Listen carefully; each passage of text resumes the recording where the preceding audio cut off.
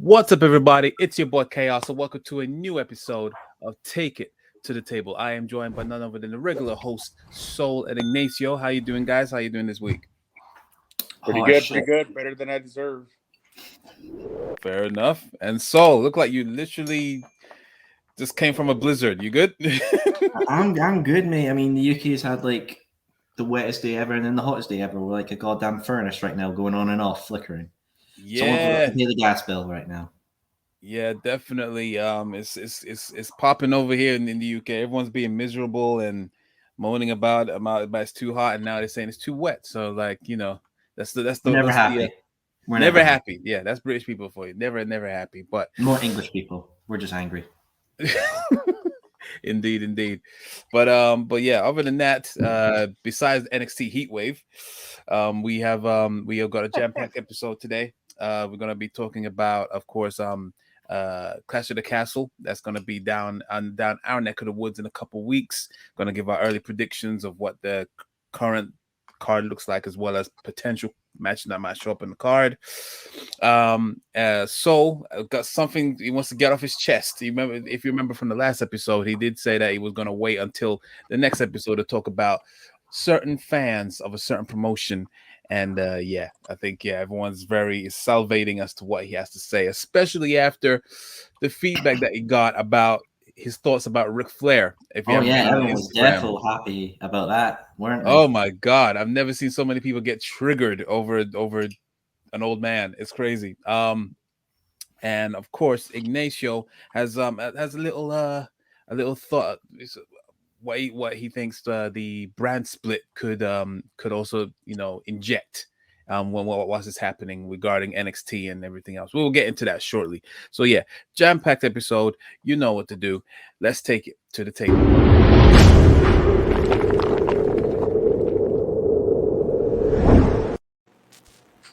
All right, fist bump and everything. Cool. I crushed the screen with my fist. That's what that was. I think you did something to your mic. What's going on with your I mic? think What's it's going on probably there? fucking broke it. Can you hear me? It is. You sound robotic right now. It's weird. Hold on. Really? Yeah. Hold on. This is new gimmick. Okay. Try now. Hello, hello. Hey, there he is. Yeah. There we. Yeah. Should be fine. All good. All good. We fixed it. All All right. right, Cool. no more fist Good. bump then. No more fist bumps. Definitely Your not. hands to yourself. So yeah.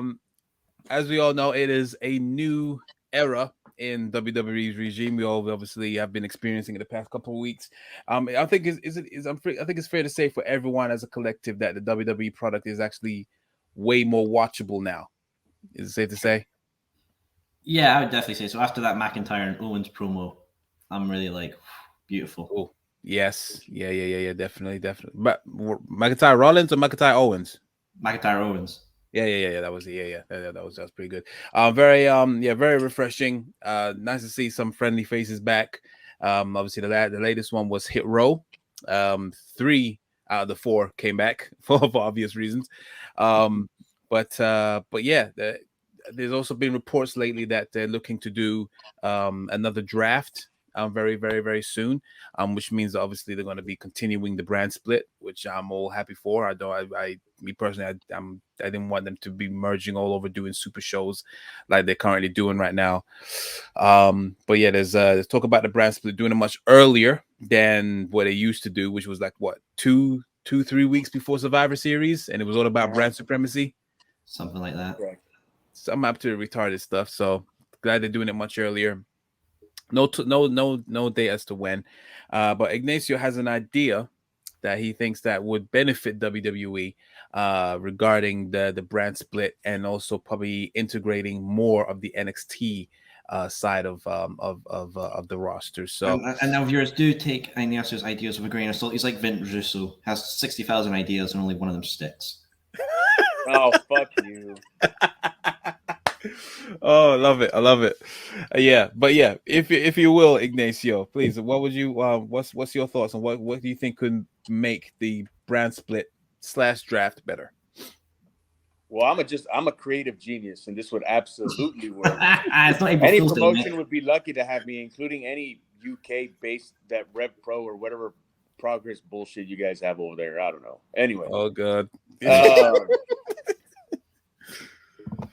Anyway, yeah. So when I first saw it on Wrestling Republic, that it looked like the WWE, the Triple H and Stephanie or what have you, that the Brain Trust over there was looking to have the brand split, and then you can hear the groans from the IWC across the internet and online platforms and all that stuff. WWE is not going to get away from the brand split because they kind of painted themselves into the corner by having now a show on Fox and now a show on USA, NBC/NBC, what have you. So they want to differentiate themselves from each other and have different champions and different superstars and feature different characters on each show, even though they do bounce back and forth, at least the ones that are at the top of the card. But recently, USA, I believe, has been expressing their feelings about not having a quote unquote world champion on their show. And that's the reason why I think that lately Triple H has done a very good job on attempting to build up the mid card or upper mid card titles, the US title and the Intercontinental title on the show. They've been doing those video packages, which are always very, very good. WWE does a very good job, and then kind of featuring the history on the title, who held it, which is, if you're a casual fan, that's very engaging for them to know a little bit of history about the championship and where the lineage is. That's one thing that I've liked and I've seen on the show. To kind of go back to your question or comment earlier, yes, the show is more watchable. There's more wrestling on it. It is a wrestling show. So it's nice to see it showing the lineage of the titles. And I think that's the reason why that Triple H wants to bump up those titles, because in my opinion, I can't say whether they're going to do it or not, but in my opinion, I believe they should only have one world champion and just elevate the stature of the U.S. and Intercontinental titles. And that tag team championship, I believe also that they should have one tag team championship, a unified tag team title, or just call it the WWE World Tag Team title or whatever, for the purpose of they don't have enough tag teams to have two tag team divisions. They barely have enough tag teams to have one. Unless Triple H is going to go on a worldwide search on, but they have them on their own promotion, because the grizzled young veterans are with Pasty Boy, Pudgy, Joe Gacy, who that's a death sentence. Their career's over. Tyler Bates, the UK champion now, right? Yeah, spoiler alert. But I mean, but I mean, anyway, he had a great thing going with in Mustache Mountain. And that's two great tag. And now Joe Coffey, I think Joe Coffey appeared on NXT yesterday.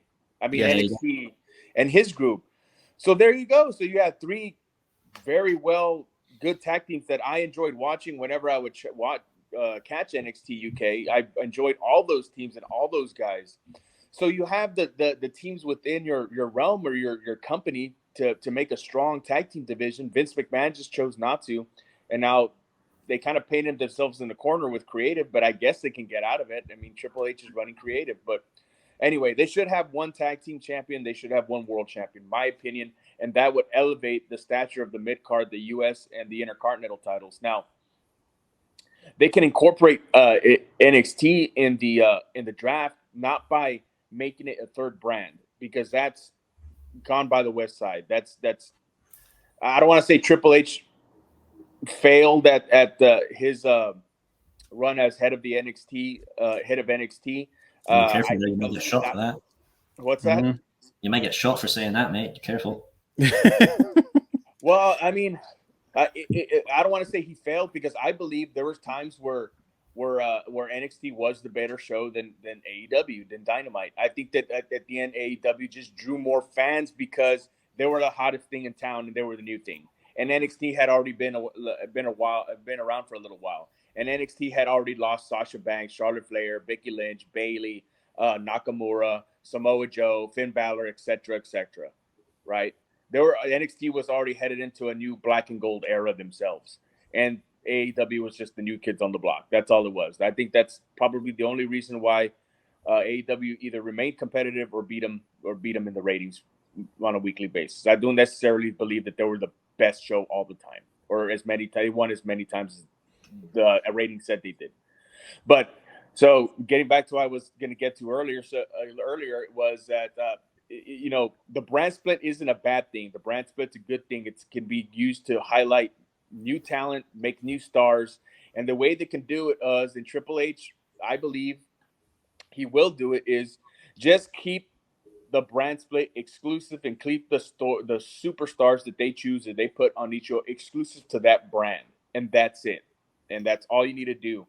And to do that, I really do think he does plan on doing it, because what we're seeing within the next couple of weeks and with what happened yesterday on NXT, I don't want to give too much away. He's beefing up the rosters, right? Mm-hmm. He brought in Hit Row, which I'm not too big of a fan on them right now. I like Top Dollar. I think that's your star right there. Yeah. Karrion Kross coming in. The issue that I have that they can remedy when doing this brand split is little by little start introducing top NXT stars on Raw and SmackDown, because even though Karrion Kross came out online, they were like, "What? They got this guy again? They brought back the Demolition S&M guy? Why? Because nobody knew who Karrion Kross. Because these people didn't know who Karrion Kross was because they didn't watch NXT. Mm-hmm. Because people were still WWE fans, the 500,000 or 750,000 or so, 750,000 that didn't watch NXT or don't watch NXT, didn't bother. Think it's the minor leagues, which is okay. You can embrace that, but the way you do it is, and I've discussed it before, is draw or put on Raw who you're going to have on Raw, your main guys to your mid-card guys, draft who you want to draft on SmackDown, make your general managers. And this is another thing that people get upset at, is you have to have authority figures. And I think Adam Pearce is done good, and they can put him on Raw or SmackDown or wherever they want. And then I think another person, because he has name identity, because he has history and legitimacy as being a wrestling executive, is Jeff Jarrett. Because Jeff Jarrett, he disappeared lately. Yeah. I think they dropped the ball by not keeping him on TV, because Jeff Jarrett, he's still got personality. He can still take bumps. He looks great. Eventually, you can put him in a GM role, and he can wrestle 2-3 matches, what have you. I think he's still got a good run left in him, because he's kept himself in good health. But you can put him on Raw and put Pierce on SmackDown. Now you got your authority figure, somebody to identify with. You don't have to put them in feuds. We don't have to reinvent McMahon versus Steve Austin, but at least have an authority figure there present to make matches, right? And if you want to make them a heel, make them an asshole or whatever. But the NFL, here in the NFL, we have NFL Commissioner Roger Goodell. We got UFC has Dana White. These are identifiable authority figures that are the face of that promotion, so they can be the authority figure in the face of that brand, right? It looks better and more professional when it's structured that way. You get what I'm getting at? Yeah. Mm-hmm. You can do a ranking system also, and that's where NXT come in. So you can have a ranking system where you have your top 5, your top 10, what have you, in each division, tag, women's, and the men's division. And you can work off of that ranking system to have your top contenders. And we're not going to get away from it, so I won't bitch about it too much. Is they're going to have the 3-ways and the 4-ways and all that bullshit, which I don't like. And if you're going to have a 3-way, then have your top 3 contenders in it. If you're going to have a 4-way, then have your top 4 contenders on it. Not like somebody who's been on NXT Level Up and then just fucking throw them in there like AEW does with Dark and Elevation. But the way they can add NXT into it is, let's say, for example, Chad Gable and I don't know, Dolph Ziggler are in the bottom tier of the top 10. They're 9 and 10. You can have a match on Raw indicating, hey, Chad Gable and Dolph Ziggler tonight, they're wrestling on Monday Night Raw in our opening match or what have you, and that'll draw some eyes, because the loser of this match are going back to SmackDown next week. They're going from the what do they call it in soccer? The Premier League. The Premier League, yeah. They're going from the Premier League The loser of this match, they're in the bottom tier. They're going from the Premier League back down to the minor leagues, right? They do it in baseball too, right? Mm. And now that gives them a sense of urge. And then you can put a time limit in there, 15-minute time limit. Somebody's got to win in 15 minutes. If not, they both go down. All right. Okay. So if they both go down, then you have a ranking system in NXT. If Dolph Ziggler and Chad Gable go down, then we bring 2 guys up to replace them on Raw. Mm. Simple as that. I think it'll work. I think it gives a chance for them to opportunity at least to temporarily highlight NXT talent up on Raw and SmackDown, bring these guys down to draw more eyes on NXT, and it gives them a sense of it gives them a story to tell. It gives them a sense of urgency because now Chad Gable and Dolph Ziggler will shit. Well, if I'm not going to be on Raw, if I'm not going to be on SmackDown, I'm going down to NXT, which is the minor leagues. I'm not going to make as much money. My T-shirts aren't going to sell. I'm probably not going to get that much TV time. I'm going to have to fight for my TV time. I'm going to have to fight my way to the top of the rankings or maybe even become NXT champion to get back on Raw and SmackDown. Right? So I think it's just a better way. They can add more stories. It prevents more. It opens up the stream for more stories because you can have rivalries and feuds, right, within the company or the organization or the brand. But I believe that all titles and storylines, no matter if it's a rivalry, a personal issue, or what have you, all storylines have to lead to getting a title and making more money. And that's one thing I liked about Kevin Owens' promo this past Monday because he brought it up. He said, I've been playing around for 5 years. I haven't been doing anything. And then he got locked into some comedy stuff, which is he does well and tasteful. Mm-hmm. But I mean, I've been playing around for 5 years. I haven't held a title in 5 years. Now it's time for me to hold a title, get a title, and make money. And then he put everybody on notice. So because all storylines are better and should lead to, because this is a sports-based promotion or presentation, so all titles and rivalries and feuds should lead toward getting a title or getting money. So I think if they structured the brand split this way and incorporate NXT, it gives talent an opportunity to come up and present themselves. That way, the audience on Raw and SmackDown can familiar themselves with them. That way, when they decide to move up a Braun Breaker or the big guy, what's his name, Von Von Wagner, yeah. Von Wagner or whoever, but Joe Gacy, whatever. That way, they're already familiar with this talent when they come up, and they have an idea whether they're supposed to be babyface or heel or whatever. As I said before, viewers, this Ignacio has multiple ideas. Some of them are good, some of them are bad. Your pick for this one? They're all good. They're all good. This is a hit. This is the way it should be structured. As I like to say, your discretion is advised.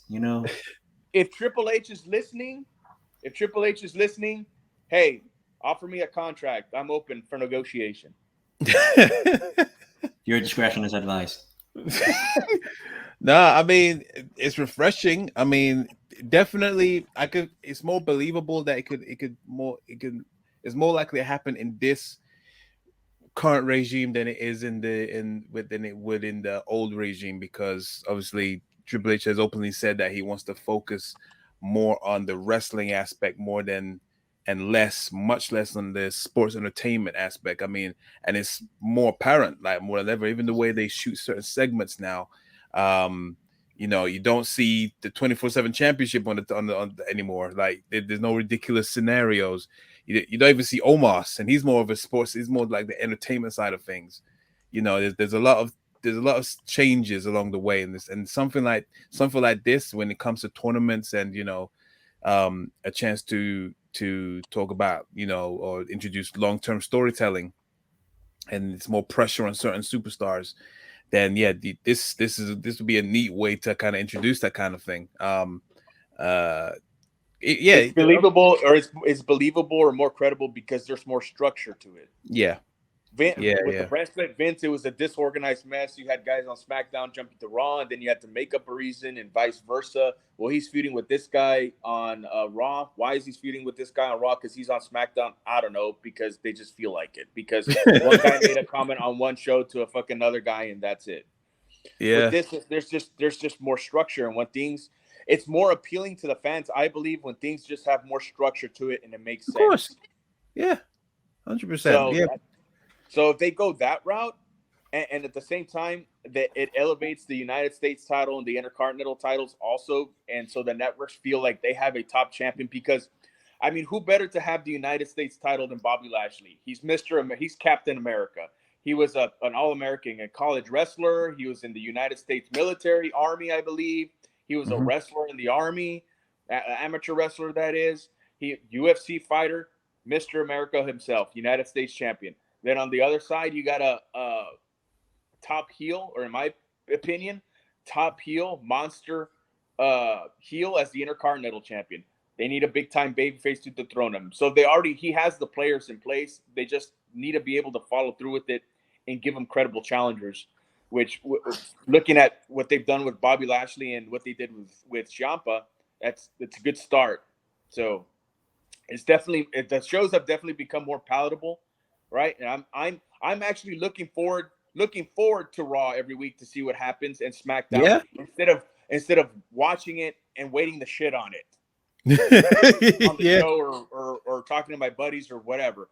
But I think if they structured it this way, it also, I don't think I think it'll bring more eyes to NXT, because then more people are going to be more interested on, well, who's going to come up next, because so and so, they're on the bottom tier of the ranking system, so they got a chance to move up in 2-3 weeks or whatever. So, well, that's going to bring more eyes on NXT to see who the top contenders, or who's going to be next to pop up on Raw or SmackDown or on the next pay-per-view or whatever. So I don't know. I just think it makes sense.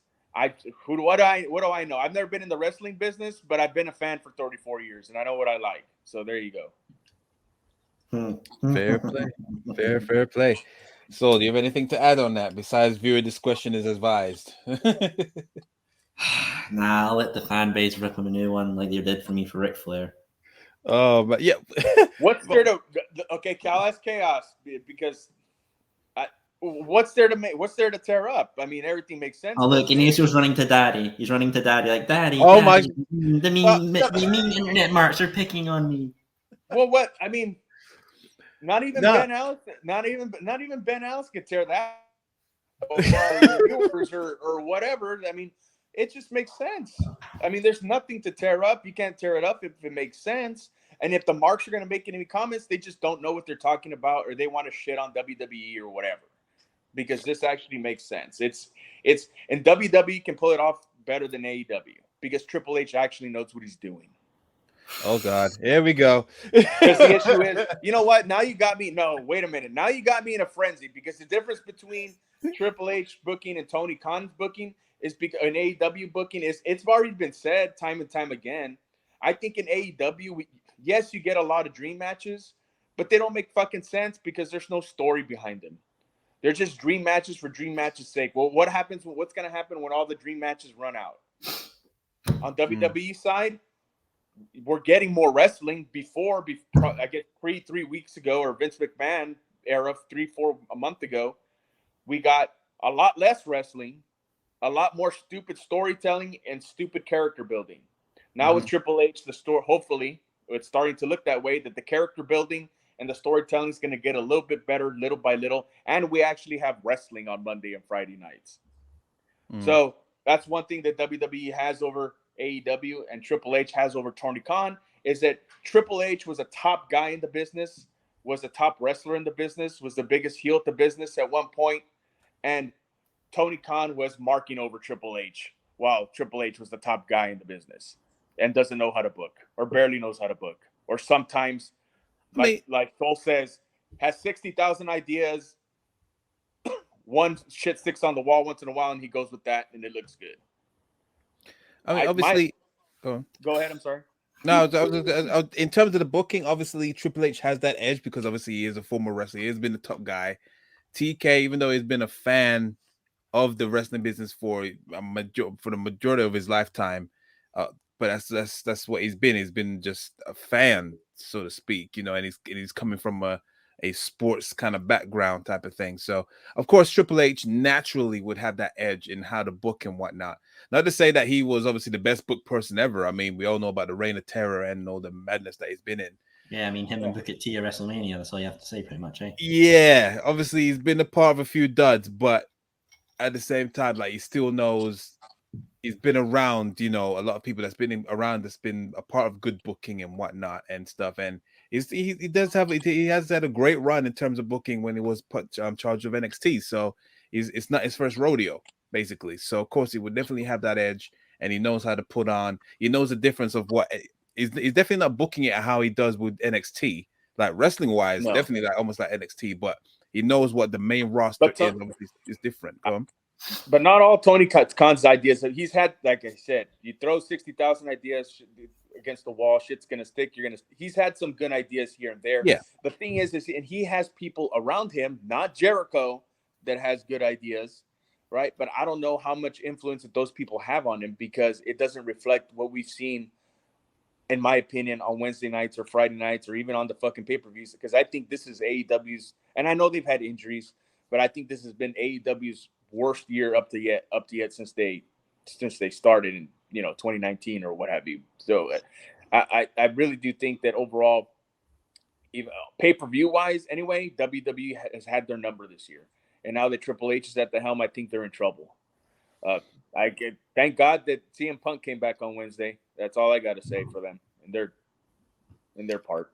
Yeah, they're on the comeback, and I still think that All Out is probably going to be for the second year in a row, probably the pay-per-view of the year. Hopefully, we'll see what happens, because obviously we got CM Punk. Kenny Omega is more than likely going to be showing up tonight, and yeah, a lot of people are going to be on the mend. So yeah, it's up in the air. But in regards to your idea, I do like it. It'll be very refreshing. It'll definitely bring more eyes to the product.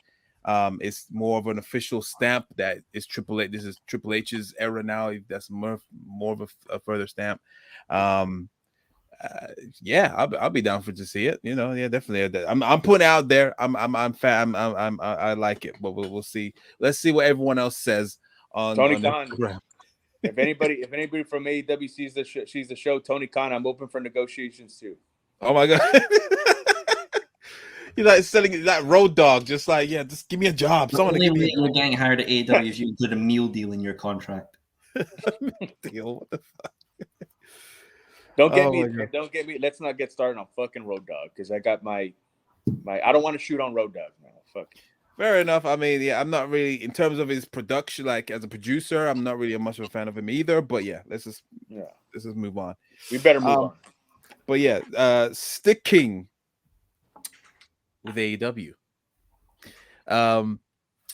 So there's something that you obviously wanted to, like, what's your thoughts on not the production or the booking? It's a certain section of the AEW kingdom that you kind of have a gripe with. Do you care to delve into that, please? Yeah, you've been loving this, haven't you? You've been waiting for me to talk about this for a while, haven't you? You've been like, this has been like a cliffhanger. Like you flipping. You go to bed, just like your missus like, what's wrong, honey? You're smiling. It's like, nothing. Wait for the shitstorm. Round 2. Thought I triggered enough people, Ric Flair, and I thought, let's go for the jugular this time. Let's go for the jugular. Oh my god, you're just setting the world on fire with this one. So before I start, I am an AEW fanboy, right? I am happy to admit that. I mean, heck, I traveled over to Revolution in Orlando, went to Dark at Universal Studios, then did Rampage, the Fan Fest, then Revolution. I mean, I bought that $800 replica belt. So to say someone can't go in the comments like, oh, you're just an AEW hater. Bitch, please shut the fuck up. On that note, I personally think that some AEW fans need to be a bit more self-aware. And what I mean by that is it really came to me when I saw after SummerSlam that in Marvel Cinematic Universe actor Kat Dennings, who's been in Thor and WandaVision, tweeted that she was really loving the WWE. And you saw people in the comments saying, oh, if you love it, you should just try AEW. It's more wrestling. It's better. And I just seen that. I just got really annoyed and pissed off. And it was like, right, come on. I love AEW, but I'm not going to go out my way. It's like if someone likes WWE and that's what their thing is, you don't force it down their necks. They're just gonna get sick of it. They're just gonna hate it.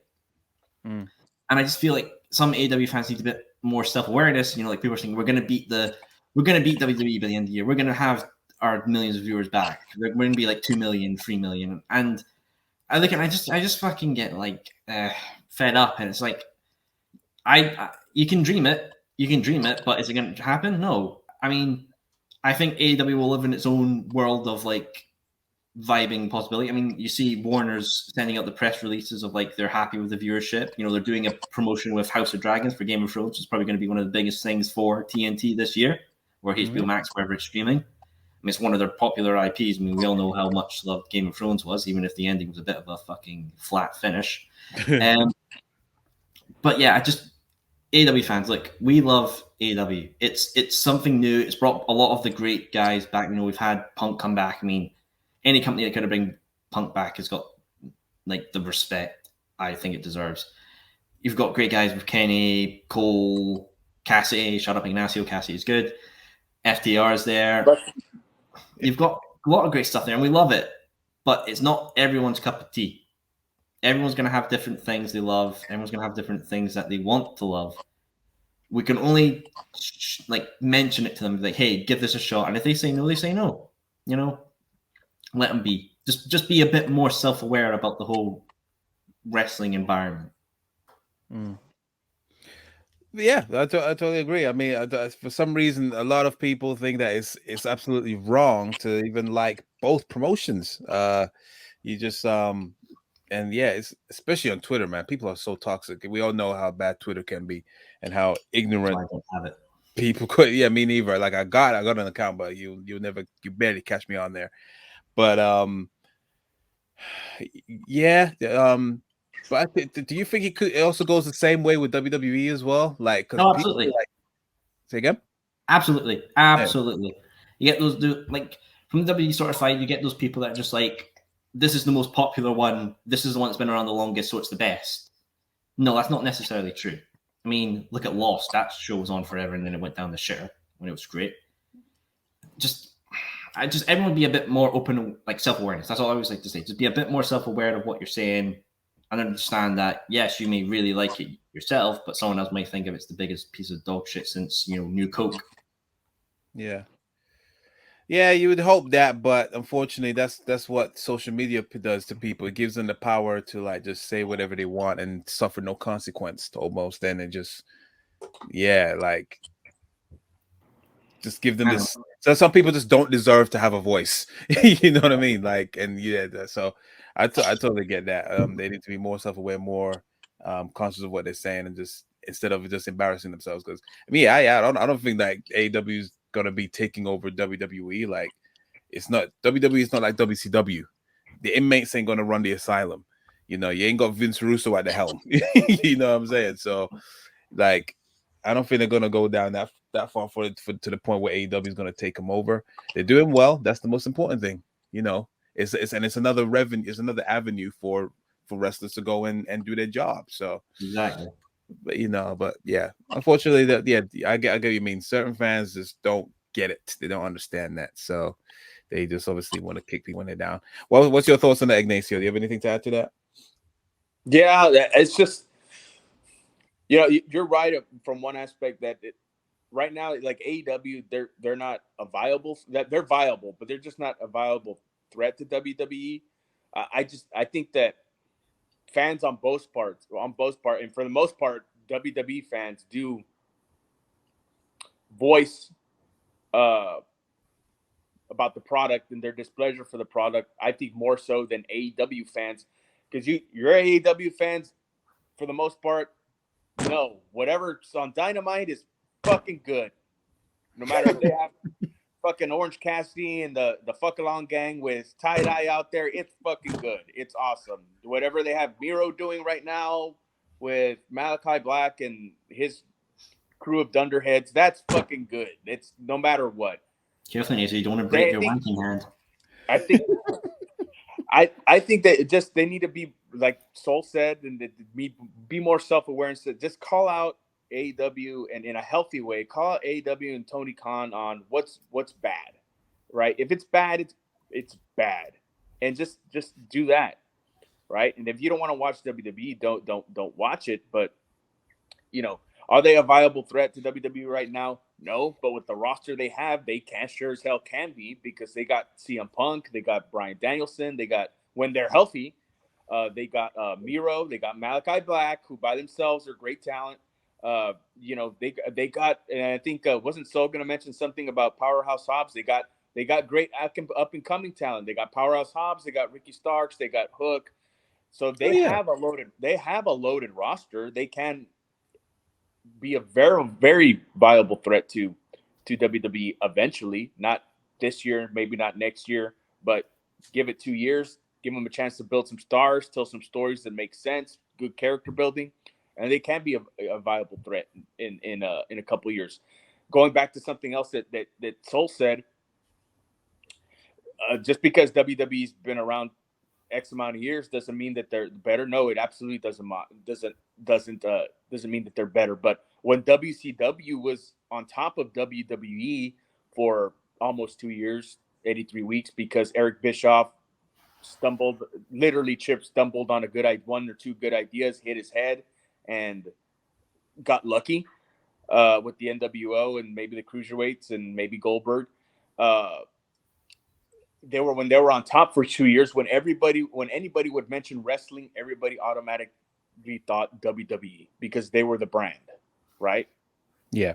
So no, WWE as a brand is not going anywhere. But yes, in 2-3 years, can AEW be a viable threat, or maybe have the potential for taking over WWE in the wrestling industry? Yes, they do, because they have the roster. But fans need to be boisterous in a healthy way, and calling out Tony Khan or whoever's has input and creative there, saying, hey, this is bad. We don't want to see this.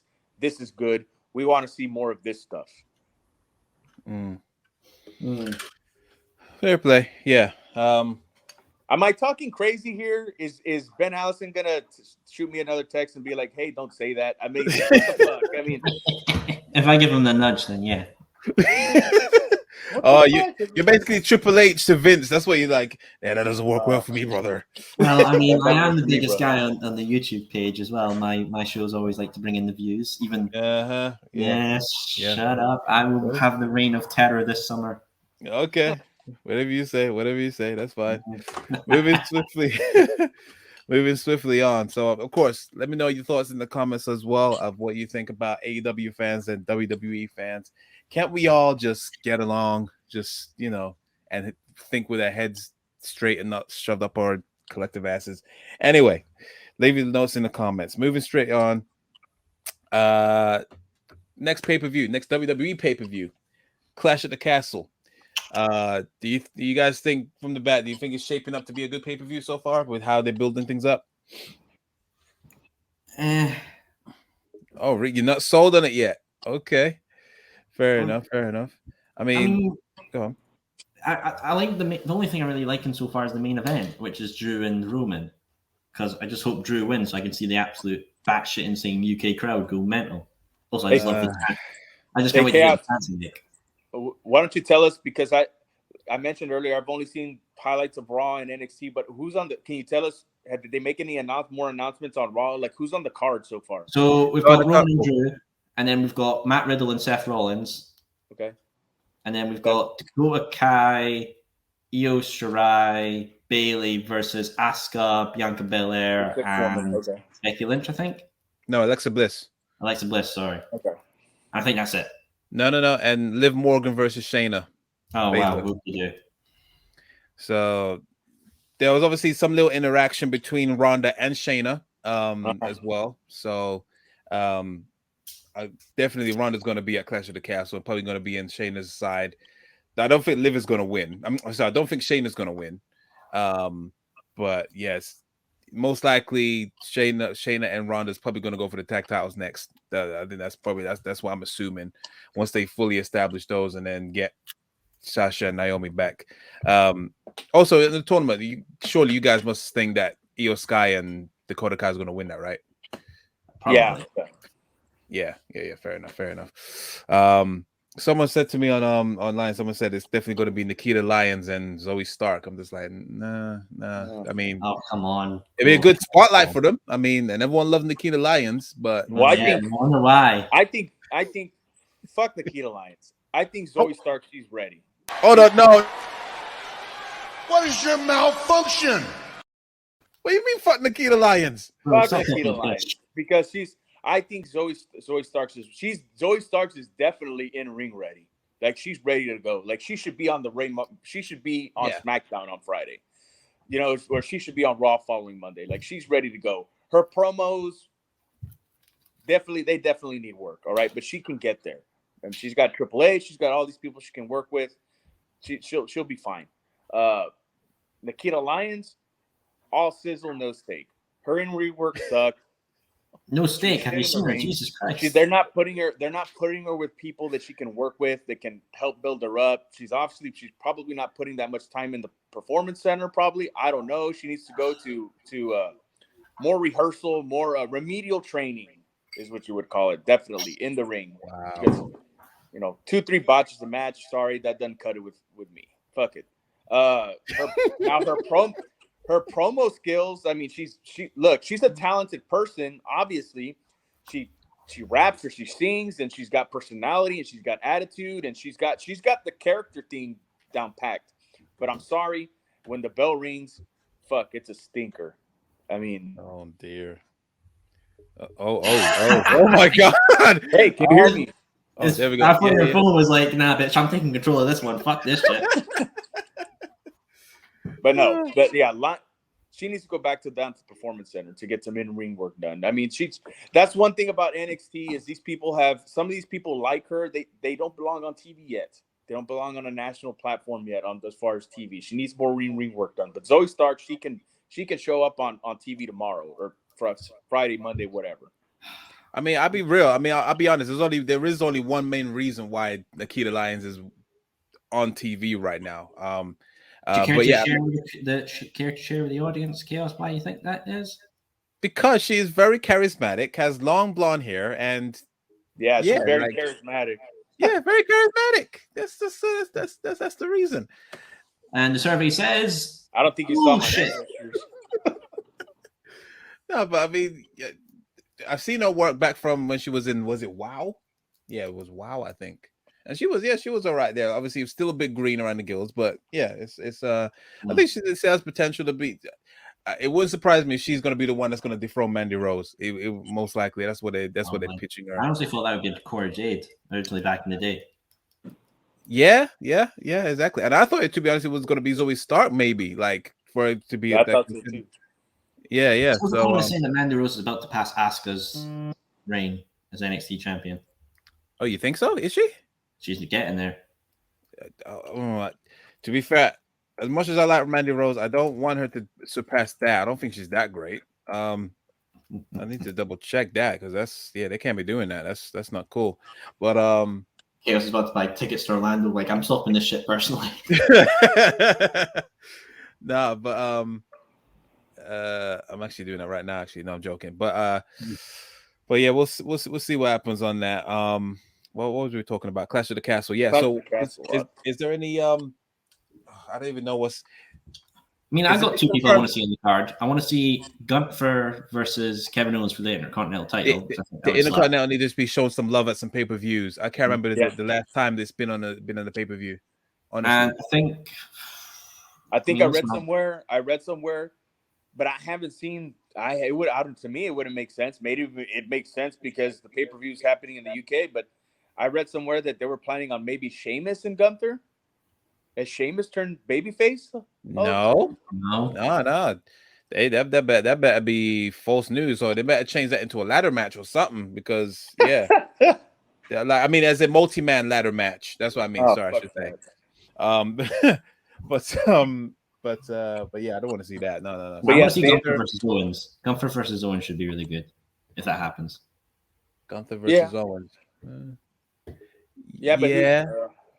Go on. But I was like, damn. Well, who's going over? Gunther. Gunther's gonna have a long reign. Well, that's what I'm saying. But then, they're still trying to. Yes, everybody knows Kevin Owens is the prize fighter, but I think they need to still kind of build him up a little bit. Here we go. I mean, here we're stuck in a spot. Well, who do we put against Gunther? A viable babyface. Ezekiel. I got a feeling, but from what happened at Raw, I got a feeling they're looking to finally get rid of that character. I hope so. Like, bring it back to the drawing board. That Ezekiel thing was just, that's all Vince right there. So, go on. Let's focus on something that is on the card, and that's the main event. Dude, I'm sorry. I know this. I'm gonna get kicked in the balls by the IWC online about this, but dude, Drew McIntyre, he's just not the guy, man. I'm sorry, but I have to agree. I agree. I don't want it to win. He is not the guy. I mean, every Monday when he comes out, or Friday, or whenever it is, he's just, when he talks, he's just so fake and so phony. It's just, it comes off as forced. I don't know if they're allowing him to come up with his own promos, but I think they are. When he does promo, when he does come out and cut a promo and do his spiel, it just seems like he's practicing it in the mirror. Which he probably does, but it still looks like when he's on TV, like he's practicing it in the mirror. It doesn't come out as fluid or as natural as it should. And I just don't think, at least here in North America or in the United States, that he has the fan base to carry him at the top. It's just, I don't think he's the guy. And I think it'd just be an astronomical mistake for them to have him beat Roman at Clash at the Castle, because he's just not the guy. I don't think, I wouldn't say that it's the way when he delivers his promo, it's like as if he's doing it in the mirror. I'm sorry, I don't mean to shit on Drew McIntyre, because I popped when he finally won in front of nobody at the Performance Center. But the thing was, when it comes to his promos, it really feels like he just does not care. Like, it's like he just says whatever comes to it, and it's like he's not really into. He's just there for fun. You know what I mean? It's like he's having fun. It doesn't really, and I think that's why it doesn't become as believable, because it really feels like he's doing like a shoot pro, like he wants to do a shoot one, and just literally going after these part timers or Roman Reigns. This way he delivers them. So I don't know. Because of that, I just don't think he is the person to do it. Well, as soon as Drew wins at Clash of the Castle, I'm gonna be laughing in your fucking face. You probably will, but I just think. Drew, let's say Drew does win at Clash of the Castle, laugh in your face, because fuck, that's the biggest turd everything they can lay right now. I mean, the UK crowd would be up for it, but yeah, I'll be laughing in your face as well when Theory cashes in. No fucking Denny. Cashes in. I don't know. It's obviously I'm in. Well, I guess Chaos we're in the minority in this. I guess, or I don't know, but I mean, I just think it's a mistake, and I think I'll make a bet right now. If Theory cashes in at Clash of the Castle off Drew, I will buy a WWE replica title and buy his side plates for it. Fair play. Okay. We got it on recording right here, ladies and gentlemen. So if Theory cashes in and wins the title, he is going to win. What are you going to do? He's going to buy what? So if Drew beats Roman and celebrates with the title, and then Theory cashes in and wins against Drew, I will buy the WWE Championship replica with Austin Theory's side plates. Cool. You heard it here first. Ben Allison, make sure you snip this and put it on the IG. And I will use it as a fucking doormat. But yeah, it's but then again, obviously they needed a British guy or an English guy to. Hey, what about the Scottish guy, you racist? You know what I mean? But like, racist. Who else do they have? Who else could have if it wasn't Drew? If they never signed Drew? Sheamus. Would you want to see Sheamus beat Roman? No. Yes, exactly. So I can laugh at the IWC. Then who else? You kind of wish that Wade Barrett was still around. You know what I mean? Sure. He would have been a perfect person. Well, I mean, I know exactly what you guys are getting at, but I mean, the WWE's always been huge in the UK, has it not? Say again, sorry? WWE has always been huge in the UK, has it not? Oh, yeah, 100%. So it's just, I thought, in my opinion, I don't think this was originally. I didn't think this was for Drew McIntyre or anything. Anyway, I thought they were doing this pay-per-view to test the waters to eventually having a WrestleMania over there. I would say so. The way it's selling just now, I honestly think they will do. Yeah, definitely.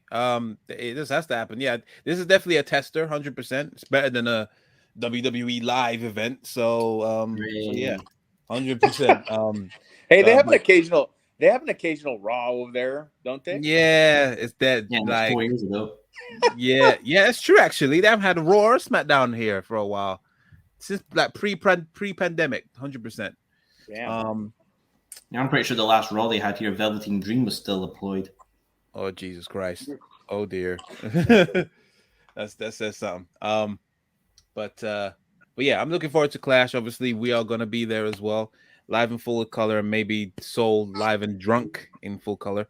But yeah, it should be a fun night. But yeah, I can't really think of any other matches I want to see. There's probably going to be a few tag matches. The Usos gotta defend the titles, surely. I guess too. What, the Viking Raiders? Whoop-de-doo. We know what They're that the only ones that's on a tear right now. Yeah. Now, has there been any more talk about interjecting Karrion Kross in the main event? Has that come about? I got a feeling they're gonna do that separately, which makes me. That's why people are saying if they're not gonna put him in there, it's most likely that Roman is likely gonna win, and then somehow they're gonna split the titles separately. So Karrion Kross gets one, Drew McIntyre eventually gets his win. Drew will get one, Kross will get one, and then Roman will take a good long break. yeah, basically until Mania. Until Mania, yeah, I would say so. But yeah, that's my predictions for that for that pay-per-view. Let's just see. Oh, sorry, premium live event. That's what we got to think. Oh, Riddle against Seth. Dibs on Riddle. Yeah, maybe. Yeah, unfortunately. Yeah, Seth has had a really bad run at pay-per-views. I've noticed. Yeah. And I like Riddle a lot. Hopefully Triple H, under his regime or whatever, he gets Riddle straight and get a little bit more a serious persona or a serious character. Start being just I understand that the character Riddle has now probably is an extension of himself with kind of like the volume turned up a bit, but I think I would like to see a UFC side of Riddle come out and have that turned up a little bit, right? Dude, I think Seth Rollins, and I'm sorry, I think Seth Rollins, like, yes, he's losing a lot on TV and pay-per-view, and he's had, as far as, wins and losses, he's had a shitty year. But as far as character and promos and storytelling, I think he's probably one of the MVPs. Yeah, 100%, man. The whole Cody thing before Mania and all that stuff, and even like after that, he's one of the most evolved characters on TV right now. So and yeah, I always get excited with seeing him show up. So yeah, definitely he's definitely one of the MVPs, 110%. But yeah, well, what's your guys' predictions on the comment section of the Clash of the Castle? Who do you want to win the undisputed Universal Championship? That's the correct title, right? Yeah. And everything else. But yeah, on that note, I guess we've come to the end of the show, guys. Thank you very much, Soul and Ignacio, for joining us on this this fun episode, even though Soul has been a bit of a downer, but thanks. I'm joking, but yeah, be sure to keep checking us out at Wrestling Republic's YouTube channel. New episodes of 2K will be coming out soon, especially some more matches with myself and Soul. Of course, it's gonna be 5-star bangers of me constantly. Yeah, all that kind of stuff. Fucking latency. When Clash of the Castle happens, you ain't got no excuse, because you're gonna be here live in person. So yeah, that's gonna be interesting. So get some more matches in. All right.